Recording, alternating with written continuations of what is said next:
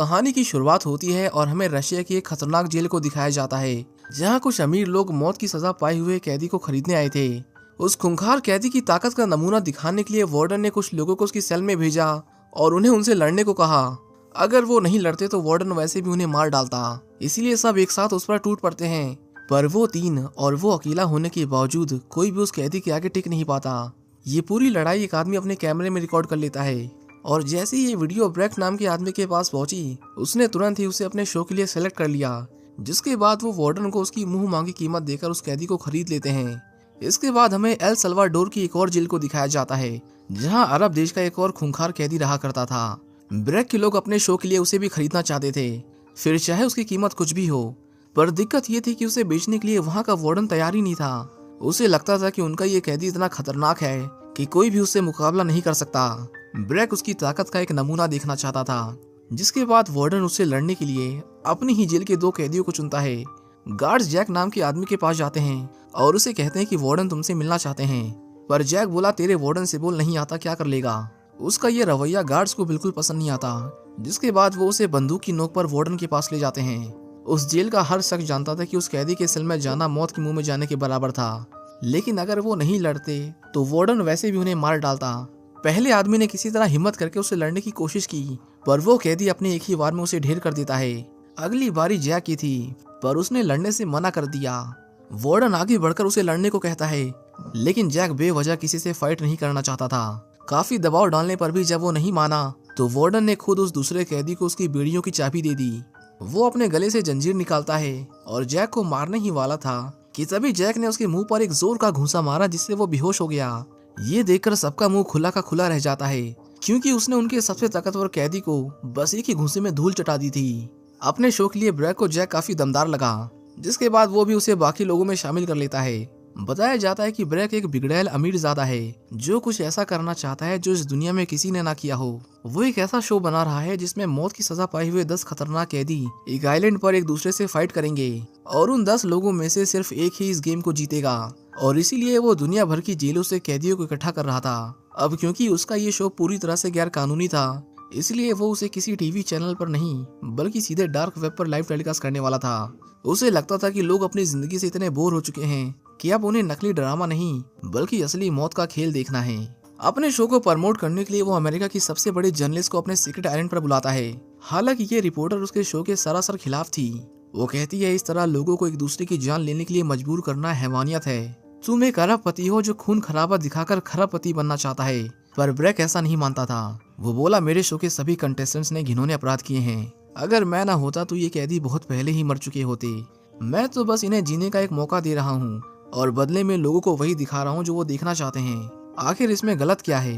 Break को पता चला कि उसने जो कंटेस्टेंट चुने थे उनमें से एक को कल ही कुछ कैदियों ने जान से मार डाला। ब्रेक को उसकी जगह एक और खूंखार चेहरा चाहिए था, जो स्क्रीन पर आते ही लोगों की सांसें रोक दे। जिसके बाद वो उसकी जगह जैक को लाने का फैसला करता है। इसके बाद उन 10 कैदियों को आइलैंड पर लाया गया। सब यहाँ एक से बढ़कर एक थे। हम स्टीव नाम के कैदी को देखते हैं, जिसे रवांडा की जेल से लाया गया था। ये आदमी उन सब में सबसे खतरनाक था। वो 4 साल स्पेशल फोर्सेस में था। वहाँ के एक गांव में आग लगा दी, 17 लोगों को जान से मार दिया और तो और उसने 9 औरतों का रेप भी किया था। उसकी प्रोफाइल जानकर बाकी कैदियों के पैरों तले जमीन खिसक गई। उन्हें समझ ही नहीं आ रहा था कि ये आदमी इंसान है या फिर हैवान। इसके अलावा उनके पास एक जापानी, कुछ मैक्सिकन्स और रशिया के कैदी भी थे, जिनके गुनाहों की लिस्ट भी कुछ कम छोटी नहीं थी। हालांकि इन सब के बावजूद भी ब्रेक जैक में कुछ ज्यादा ही दिलचस्पी दिखा रहा था, क्योंकि उसे उसके बैकग्राउंड के बारे में कुछ नहीं पता था। ब्रेक ने बताया कि तुम सबको एक टापू पर ले जाया जाएगा, जहां तुम एक दूसरे से लड़ोगे और जो आखिर में जिंदा बचेगा वो माला माल हो जाएगा। ब्रेक ने देखा कि जैक के गुनाहों की लिस्ट तो बहुत छोटी थी। इस तरह तो दर्शक उससे बिल्कुल नफरत नहीं करते। वो जैक से उसके क्राइम्स के बारे में कुछ सवाल पूछता है ताकि उसे लिस्ट में ऐड कर सके, लेकिन जैक उसके किसी भी सवाल का सीधे मुंह जवाब नहीं देता, जिससे ब्रेक को उस पर गुस्सा आ गया। जिसमें उसने लिखा कि जैक उग्रवादियों की गैंग का है जिसने एक चर्च उड़ा दिया। इसके बाद FBI के हाथों से भागकर सेंट्रल अमेरिका पहुंचा, जहां उसने एक अस्पताल उड़ा दिया जिसमें सैकड़ों औरतें और बच्चे मारे गए। ये सब सुनकर जैक समझ गया कि वो एक नंबर का साइको है। वो कहता है, मुझे नहीं पता कि तुम कौन हो और मुझे परवाह भी नहीं है, पर मैं ऐसे खेल नहीं खेलता। लेकिन ब्रेक ने उसे यहाँ लाने के लिए उस पर अच्छे पैसे लगाए थे। वो बोला, जरूरी नहीं कि तुम ये खेल जीतो, लेकिन खेलना तो पड़ेगा। इसके बाद एक आदमी उन्हें इस गेम के रूल्स बताता है। उन सब के पैरों में एक बॉम्ब लगा हुआ था जिसमें इतना बारूद है कि उनके चिथड़े उड़ाने के लिए काफी था। वो बोला अब से 30 घंटे बाद इसे जिस काम के लिए बनाया गया है वो इसे पूरा करेगा। इस बम के फटने की 2 वजहें हो सकती हैं। पहली ये कि वो लाल सिरा खींचो और 10 सेकंड्स के बाद वो बम फट जाएगा। दूसरी ये कि अगर वायर के साथ छेड़छाड़ या उसे काटने की कोशिश की तब भी ये बम अपने आप डेटोनेट हो जाएगा। इतना बताकर उसने उस बम को एक्टिवेट कर दिया, जिससे उसमें 30 घंटे का टाइमर चालू हो जाता है। अपने पैरों में जीता जाता बम लगा देख डर के मारे सबके पसीने छूटने लगते हैं, लेकिन जैक के चेहरे पर एक शिकन तक नहीं थी। उल्टा वो तो ये सोच रहा था कि वो किन नौसिखियों के बीच फंस गया है। उन सभी को हेलीकॉप्टर से आइलैंड पर लाया जाता है, जहां वो उन्हें एक एक कर पानी में फेंकना शुरू कर देते हैं। उनमें से ज्यादातर कैदी इस गेम को नहीं खेलना चाहते थे, पर यहाँ उनकी मर्जी नहीं चलने वाली थी। गार्ड्स ने उनके मुंह में चाबी फंसाकर उन्हें नीचे फेंक दिया, और जो कैदी नीचे जाने में आनाकानी कर रहे थे उन्हें तो वो कहीं भी फेंक दे रहे थे।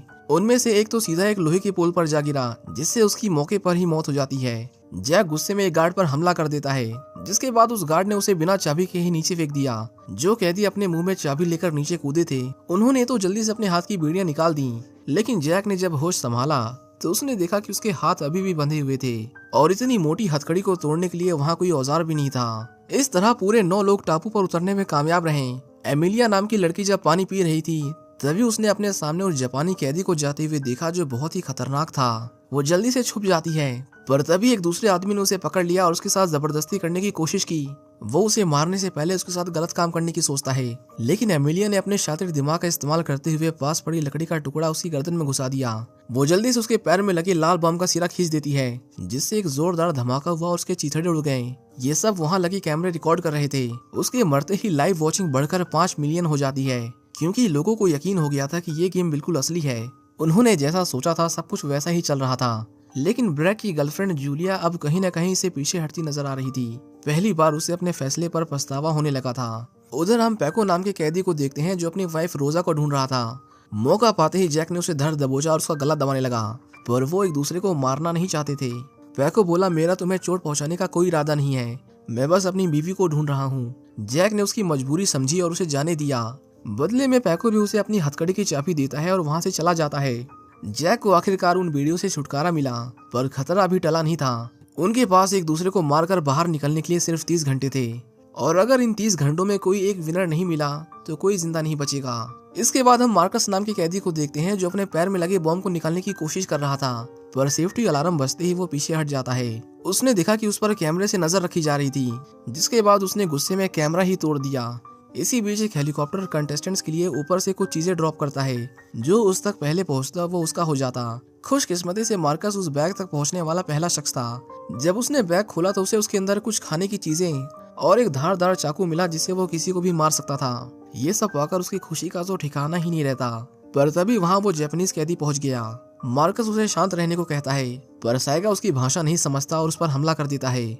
वो इतना फुर्तीला था कि उसने एक ही वार में मार्कस का चाकू दूर गिरा दिया, जिसके बाद उसे हाथों से लड़ना पड़ता है। मार्कस ने उसके बॉम्ब के लाल सिरे को खींचकर उसे उड़ाने की कोशिश की, लेकिन साइगा ऐसा नहीं होने देता। आखिर में वो उसे चकमा देकर भागने में कामयाब हो जाता है। साइगा ने उसका पीछा किया, पर कुछ दूर चलकर उसकी मुलाकात स्टीव से हुई, जो वहीं बैठा उसका इंतजार कर रहा था। वो बोला, मैंने तुझे उस अफ्रीकन से लड़ते हुए देखा, तेरा साइज देखकर तो मैं धोखा खा गया, तू तो सच में बहुत खतरनाक है। दोनों चाहते तो आपस में लड़कर एक दूसरे को मार सकते थे, पर स्टीव इस गेम को अलग तरीके से खेलना चाहता था। वो बोला, देख मेरी बात सुन, क्यों ना हम पहले यहाँ की गंदगी को साफ कर लें, बिल्कुल एक टीम की तरह। उसके बाद सिर्फ मैं और तू लड़ेंगे। साइगा को उसका यह आइडिया अच्छा लगा, क्योंकि ऐसे उनके जिंदा रहने के चांसेस ज्यादा थे। उधर हम जैक को देखते हैं, जो रेडियो टावर ढूंढने की कोशिश कर रहा था ताकि मदद बुला सके, पर तभी उसका सामना उस रशियन फाइटर से होता है। वो बोला, आगे मत बढ़ना पहलवान, अगर शांत रहोगे तो मुझे भी कोई प्रॉब्लम नहीं। पर रशियन फाइटर कहाँ किसी की सुनने वाला था। उसने जैक पर हमला कर दिया और उसे बुरी तरह मारने लगा। जैक उसे उठाकर पटक देता है, जिसके बाद उसने उसे बुरी तरह चोक कर दिया। वो बस उसे शांत करना चाहता था, इसीलिए उसने अपनी पकड़ ढीली कर दी।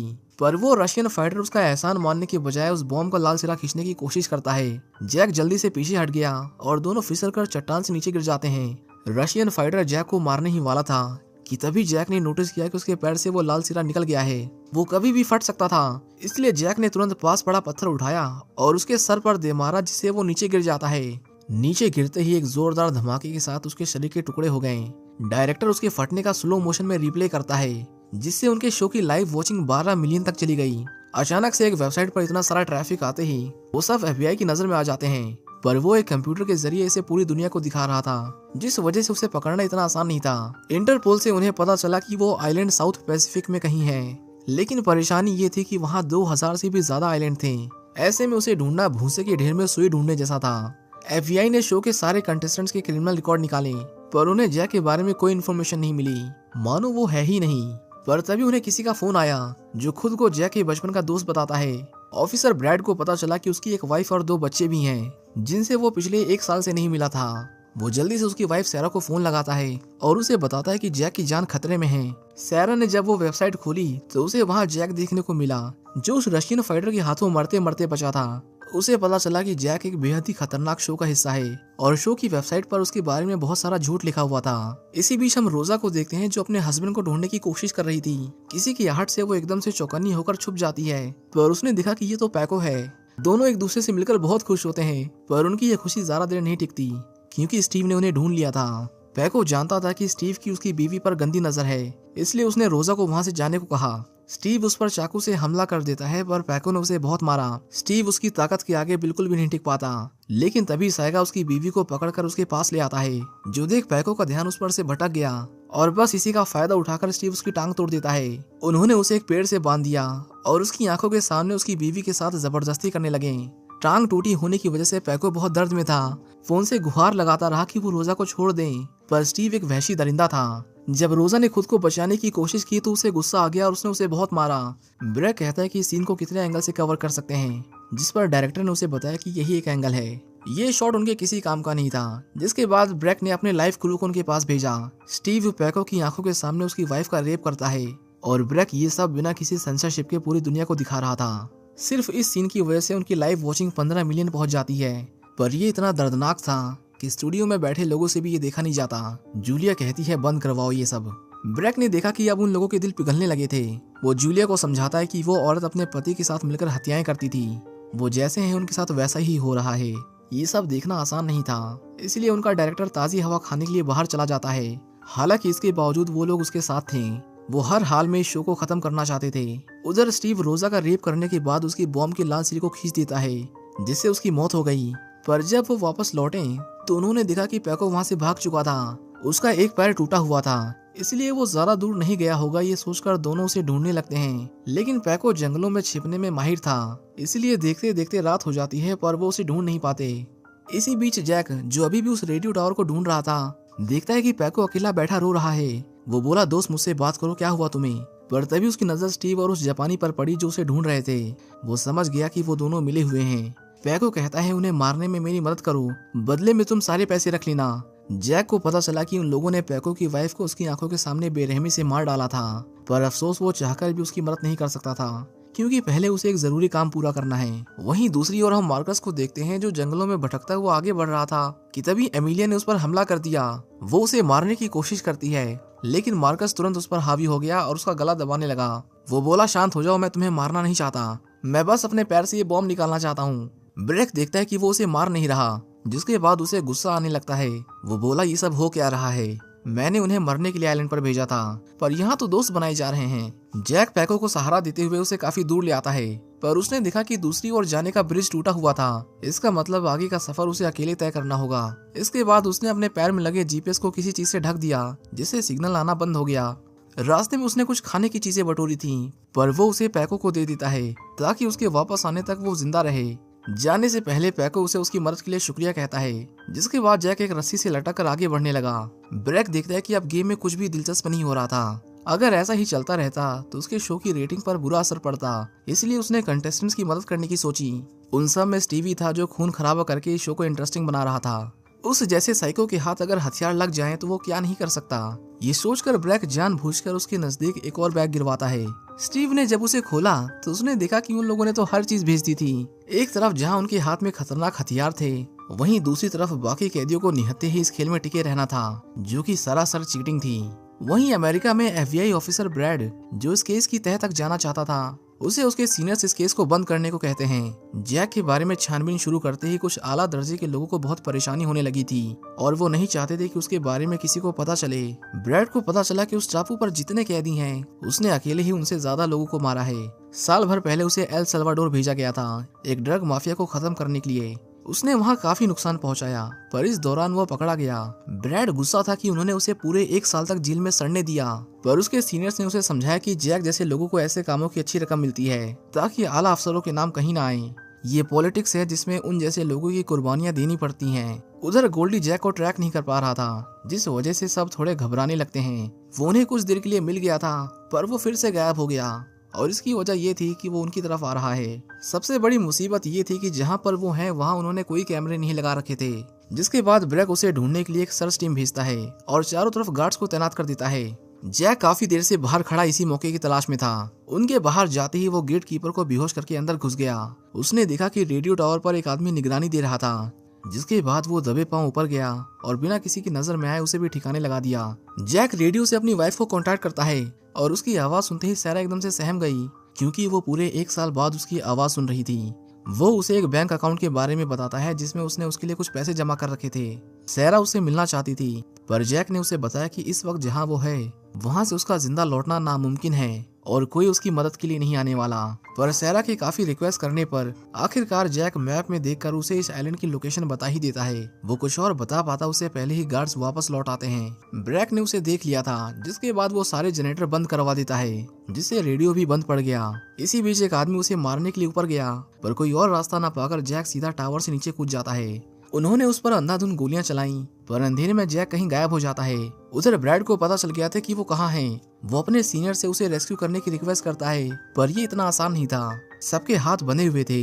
ब्रैड कहता है कि वो पूरे 1 साल जेल में रहा, पर उसने कभी अपनी जबान नहीं खोली, सिर्फ तुम्हारी हिफाजत के लिए। अपने देश के लिए वो सब कुछ सहता रहा, पर आज जब उसे हमारी जरूरत है तो हम पीछे हट रहे हैं। उसकी बातें सुनकर उनका जमीर जाग गया, जिसके बाद उन्होंने जैक की मदद करने की सोची। इसी बीच मार्कस और एमिलिया एक साथ अच्छा वक्त गुजार रहे थे। मार्कस उसे अपनी कहानी बताने लगा और एमिलिया भी उसके करीब आने लगी। अपनी ही बातों में वो इतना खो गया था कि उसने ध्यान ही नहीं दिया कि एमिलिया उसके बॉम्ब को एक्टिवेट करके भाग चुकी थी। जब तक उसे एहसास होता तब तक बहुत देर हो चुकी थी। एक जोरदार धमाके के साथ उसकी भी मौत हो जाती है और स्टूडियो में बैठे सब लोग उस पर हंसने लगते हैं, क्योंकि ये अब तक की सबसे बेवकूफाना मौत थी। सूरज अभी निकला भी नहीं था और बुरे दिन की शुरुआत हो गई थी। गोल्डी ने जब चैनल चेंज किया तो देखा कि स्टीव ने पैको को ढूंढ लिया है। वो घायल पैको को बुरी तरह पीटते हैं, जो गोल्डी से देखा नहीं जाता और वो बाहर आकर उल्टी कर देता है। जूलिया कहती है कि हमें ये सब अभी इसी वक्त रोकना होगा, जिसके बाद वो दोनों ब्रैक के पास जाते हैं। उन्हें पता चल गया था कि उसने ही स्टीव को पैको की लोकेशन के बारे में बताया था ताकि वो उसे मार सके। गोल्डी कहता है कि अब बहुत ज्यादा हो रहा है, हमने शायद हद पार कर दी। ब्रैक, जो उन दोनों की चिक चिक से तंग आ चुका था, कहता है कि तुम दोनों जानते थे कि शो में क्या होने वाला है, और अब जब सब सही चल रहा है तो तुम्हें इन लोगों के लिए हमदर्दी आ गई। वो बोला या तो मेरा साथ दो या फिर यहाँ से दफा हो जाओ। जिसके बाद गोल्डी दबाव में आकर शो को जारी रखने का फैसला करता है। जूलिया उसे ऐसा करने से मना करती है, पर वो अब और कुछ नहीं सुनना चाहता था। उसके जाने के बाद ब्रैक जूलिया को कसकर थप्पड़ मारता है, क्योंकि वो उसका साथ देने के बजाय उसके रास्ते का कांटा बन रही थी। उधर जब जैक पुल पर वापस लौटा तो उसने देखा कि स्टीव और उस जापानी ने पैको को पकड़ लिया है। वो उसे बहुत टॉर्चर करते हैं, जिसके बाद स्टीव ने उसकी छाती में तीर मार दिया, और अगर इतना कम था तो उसे जैक के सामने जिंदा जला डालते हैं, जो देख जैक का खून खौल उठा। सुबह होते ही वो उसे भी ढूंढने लगते हैं। उन दोनों के पास हथियार थे, जबकि जैक सिर्फ अपना बचाव ही कर सकता था। वो अपने दोनों हाथों में रॉड बांध लेता है ताकि चाकू के वार से बच सके। इसके बाद वो साइगा के सामने आ खड़ा हुआ और उसे देखते ही वो जापानी उस पर पागलों की तरह टूट पड़ता है। उसने उस पर कई हमले किए, पर रॉड की वजह से उसे एक भी कट नहीं लगता। स्टीव ने देखा कि साइगा उससे लड़ रहा है। वो चाहता तो उसी वक्त उसकी मदद कर सकता था, पर उसने ऐसा नहीं किया और उसे पिटने दिया ताकि वो कमजोर हो जाए। जब उसे लगा कि अब उसमें लड़ने की और हिम्मत नहीं बची तो स्टीव ने जैक पर हमला कर दिया। जैक सही वक्त पर वहाँ से भाग निकलता है, पर उन दोनों ने उसका पीछा किया और उसे घेर लिया। जैक बचने के लिए एक बंकर में छुप जाता है, पर वहाँ एमिलिया पहले से छुपी हुई थी। जैक उसे शांत रहने को कहता है, पर तभी स्टीव ने तीर मारकर उसे भी घायल कर दिया। इसके बाद वो उसके बंकर में जलती शराब की बोतलें फेंककर उसमें आग लगा देते हैं, जिससे अंदर मौजूद सारे कैमरे जलकर राख हो गए। जैक अगर बाहर निकलता तो स्टीव उसे तीरों से छली कर देता, और अगर अंदर रहता तो जलकर मारा जाता। पर खुशकिस्मती से उसे बाहर निकलने का दूसरा रास्ता मिल जाता है। उसने एमिलिया को भी साथ चलने को कहा, पर वो जानती थी कि वो नहीं बच पाएगी। जिसके बाद उसने अपने बॉम्ब को एक्टिवेट कर दिया, जिससे वहाँ एक बड़ा धमाका होता है। स्टीव को लगा कि वो मर गया और अब सिर्फ वो दोनों ही बचे हैं। उसने वादा किया था कि वो दोनों आखिर में सिर्फ हाथों से लड़ेंगे, पर स्टीव के खून में तो पहले से ही मक्कारी भरी हुई थी। वो अपना हथियार नीचे नहीं रखता। जिसके बाद साइगा वहाँ से भाग खड़ा हुआ। स्टीव उसका पीछा करता है पर जल्दी उसके सारे तीर खत्म हो गए। साइगा उसका इंतजार कर ही रहा था कि तभी वहाँ जैक आ जाता है जो उस धमाके से बच निकला था। साइगा उसे मारने की कोशिश करता है पर इस बार भी उसका वही हाल हुआ जो पिछली बार हुआ था। उनकी इस लड़ाई में स्टीव भी बीच में कूद पड़ा पर जैक अकेला उन दोनों पर भारी पड़ रहा था। आखिर में वो साइगा को मार डालता है जो देख स्टीव डर के मारे भाग खड़ा हुआ। जैक उसका पीछा करता है और जल्दी वो एक डेड एंड तक पहुंच गए जहां से आगे जाने का कोई रास्ता नहीं था। जैक बोला अब लड़ना सिर्फ तू और मैं, पर स्टीव कहता है आज मूड नहीं है और इतना कहकर उसने पहाड़ी से छलांग लगा दी। जैक उसे आज ही मारना चाहता था जिसके बाद वो भी नीचे कूद जाता है, लेकिन जब वो पानी से बाहर निकला तो स्टीव कहीं गायब हो चुका था। ये शो बहुत ही दिलचस्प मोड़ ले चुका था पर ब्रैक जानता था कि स्टीव एक नंबर का डरपोक है, बिना हथियार के वो बाहर नहीं आएगा। जिसके बाद उसने उसके लिए फिर से कुछ हथियार भेजे। गोल्डी को बिल्कुल पसंद नहीं आता कि वो हर बार उस पागल की मदद कर रहा है, पर फिलहाल चुप रहने में ही उसकी भलाई थी। जैक को ढूंढते हुए स्टीव को 2 आदमी मिले जो छुपकर उसे रिकॉर्ड कर रहे थे। वो कहते हैं हम तो बस कैमरामैन हैं, पर कोई उसकी फिल्म बनाई स्टीव को बिल्कुल पसंद नहीं था, इसलिए वो उन दोनों को भी मार डालता है। उसने अपने चारों ओर नजर दौड़ाई पर जैक पीछे से उस पर हमला कर देता है।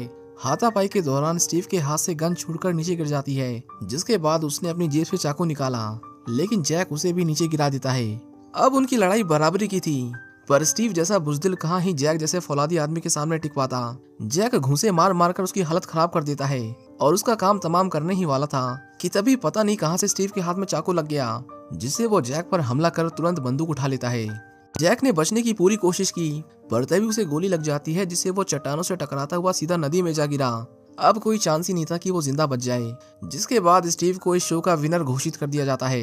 शो खत्म होते ही वो जर्नलिस्ट जिसे ब्रैक ने इंटरव्यू दिया था टीवी पर आती है और अपना दुख जाहिर करते हुए कहती है कि इंटरव्यू के बाद मुझे सिर्फ एक आदमी पर गुस्सा आ रहा था, लेकिन पिछले 24 घंटों में लाखों करोड़ों लोगों ने उसकी वेबसाइट पर लॉगिन किया और इस कामयाबी को देखते हुए मेरा गुस्सा शांत हो चुका है। मुझे अफसोस है कि हम दूसरों की मौत का तमाशा देख रहे हैं, उसके मजे उठा रहे हैं। ऐसा नहीं लगता कि दोषी हम हैं। ये शब्द सुनते ही जो लोग इस शो को एंजॉय कर रहे थे उनके चेहरे शर्म से नीचे झुक जाते हैं और उन्हें समझ आता है कि असली दरिंदे स्क्रीन के अंदर नहीं बल्कि बाहर बैठे हैं। 171 देशों के 40 मिलियन लोगों ने एक साथ इस शो को देखकर इसे दुनिया का सबसे कामयाब शो बना दिया था और अब बस विनर को उसका इनाम देना बाकी रह गया था। ब्रैक ये सब फॉर्मेलिटी फुर्सत से करने वाला था, लेकिन उसे अपने आदमी से पता चला कि 1 घंटे में यूएस मिलिट्री उसे अरेस्ट करने आ रही है। अब या तो वो खुद को बचा सकता था या फिर अपने क्रू को, और इसमें कोई शक नहीं था कि वो पहले किसे बचाता। वो जूलिया समेत अपने पूरे क्रू को छोड़कर भागने की फिराक में था। गोल्डी उसकी चाल समझ जाता है और उसे धमकी देता है कि वो सबको बता देगा, पर वो ऐसा कर पाता उससे पहले ही उन्होंने उसे मार डाला। अब क्योंकि स्टीव जीत चुका था, इसलिए वादे के मुताबिक उसने उसके पैर से बॉम्ब निकाल दिया, लेकिन वो उसे जीती हुई रकम की फूटी कौड़ी नहीं देने वाला था। स्टीव बोला फालतू की बात मत कर, चल मेरे पैसे निकाल। पर ब्रैक कहता है कि तुम जीते क्योंकि मैंने तुम्हें जीतने दिया, समझे, इसलिए जो मिला है उसमें खुश रहो। उसे इतनी जल्दी में देख स्टीव समझ गया कि यहाँ कुछ तो गड़बड़ है। उसके जाते ही वो सिगरेट लेने के बहाने गार्ड्स के करीब आया और उन्हें मारकर फरार हो गया। इसके बाद वो क्रू के पास आया और उनसे पूछा कि ब्रैक कहाँ है, लेकिन उन्हें नहीं पता था कि ब्रैक कहाँ है। जिसके बाद स्टीव उन सबको गोलियों से भून देता है। इसी बीच हम जैक को देखते हैं जिसमें अब भी थोड़ी बहुत जान बाकी थी। उसके पैर में अभी वो बॉम्ब बंधा हुआ था जो बस कुछ ही मिनटों में फट जाता। किसी तरह हिम्मत करके वो बेस तक पहुंचा, जहां उसने देखा कि स्टीव ने अपनी सनक में सबको मौत की घाट उतार दिया था। वो जूलिया को भी मारने ही वाला था कि तभी वहां जैक आ खड़ा हुआ। उसे जिंदा देख स्टीव को बड़ी हैरानी होती है। उसने बंदूक चलाई पर गोलियां खत्म हो चुकी थी। जिसके बाद स्टीव चुपचाप कुर्सी पर बैठ जाता है और कहता है, देख भाई, मैं ये खेल नहीं खेलना चाहता था। जो भी जिस लायक था उसे वही मिला। मैं सच में तेरे से लड़ना नहीं चाहता था। वो जैक को अपनी जिंदगी की तकलीफों के बारे में बताने लगा ताकि वो उस पर थोड़ा रहम खाए। पर जैक बोला, लगता है कि तेरी जिंदगी काफी मुश्किल में कटी है, चल तेरी तकलीफ कम किए देते हैं। और बस इतना कहकर उसने पूरी की पूरी मैगजीन उसकी छाती में दाग दी। उधर ब्रैक अभी बचकर भागने की कोशिश कर रहा था। वो हेलीकॉप्टर में बैठ गया और पायलट को जल्दी से उसे उड़ाने को कहा। जब तक जैक उस तक पहुंचता उसका हेलीकॉप्टर टेक ऑफ कर चुका था। जैक ने उस पर गोलियां चलाई पर उसका उस पर कोई असर नहीं होता। ब्रैक की खुशी का तो ठिकाना ही नहीं रहता क्योंकि अब वो उसका कुछ नहीं बिगाड़ सकता था। पर तभी वहां जूलिया आ जाती है जिसने जैक को वो बॉम्ब थमाया जिसका टाइम बस खत्म ही होने वाला था। जैक बिना देर किए उसे सीधा उसके हेलीकॉप्टर में फेंक देता है। ब्रैक ने उसे दूर हटाने की कोशिश की पर सीट बेल्ट बंधी होने के कारण वो उस तक पहुंच नहीं पाता। टाइम खत्म होते ही एक जोरदार धमाके के साथ उसका हेलीकॉप्टर सीधा एक चट्टान से टकरा जाता है और इस तरह एक साइको अमीरजादा अपने ही बनाए हुए खूनी खेल का शिकार बन गया। जैक के पास भी जीने के लिए बस कुछ ही मिनट बचे हुए थे, पर जूलिया ने जैक को एक चाबी दी जिससे वो उस बॉम्ब को डीएक्टिवेट कर सकता था। आखिर में हमें दिखाया जाता है कि यूएस मिलिट्री ने जैक को सक्सेसफुली रेस्क्यू कर लिया, जिसके बाद जैक अपने घर वापस लौट आता है। इसी के साथ ही मूवी यहीं खत्म हो जाती है। उम्मीद करता हूँ कि आपको ये कहानी पसंद आई होगी। Thank you for watching, see you in the next one.